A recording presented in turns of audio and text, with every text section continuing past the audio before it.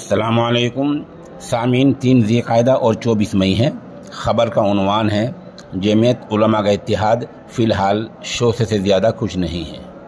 जहाँ तक मुंबई के इजलास में हज़रत मौलाना सैयद अरशद मदनी दामत बरकातुहुम के बयान का ताल्लुक़ है तो वो कोई मुस्तकिल और पॉलिसी वाला बयान नहीं था। दरअसल इजलास में हिमाचल प्रदेश से मौलाना कबीरुद्दीन फ़ारान दामत बरकातुहुम तशरीफ़ लाए थे।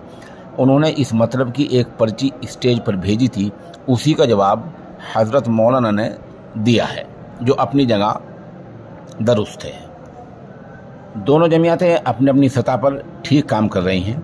जो लोग सोशल मीडिया पर जमीयत के अकाबरीन के बारे में कुछ भी अपलोड कर देते हैं वो मिल्लत इस्लामिया के सच्चे बहीख़्वाह नहीं हैं। एक जमीयत जेल में पहुंचे बेकसूर नौजवानों को आज़ाद करा रही है तो दूसरी जमीयत नौजवानों को जदीद तालीम और स्काउट से जोड़ रही है। भला इन दोनों कामों की इफ़ादत व मानवियत और अहमियत व हकीकत से कौन इनकार कर सकता है। जहाँ तक मौलाना अरशद मदनी का ताल्लुक़ है तो वो इल्म उम्र और तजर्बे में बहुत ही बड़े हैं।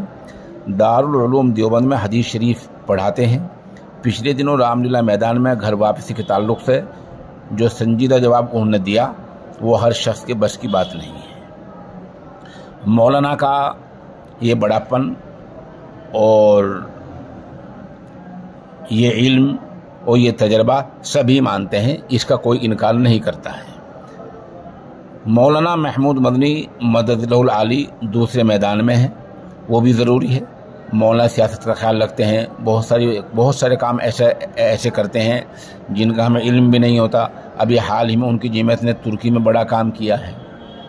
हुस्न इत्तिफाक दोनों ही तरफ मुल्क के मुमताज़ अहले इल्म हैं, शयूख हैं, शेखुल हदीस हैं, मुहद्दिसीन हैं, मुफस्सिरीन हैं, अकाबिर हैं, तसव्वुफ़ से वाबस्ता लोग हैं। इसलिए इस बारे में अल्लाह से दुआ की जाए और कम अज़ कम ये कि किसी की बुराई न की जाए।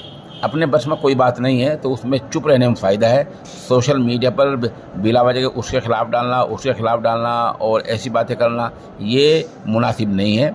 इससे इस्लाम मज़हब का और अहले इस्लाम का नुकसान ही होता है।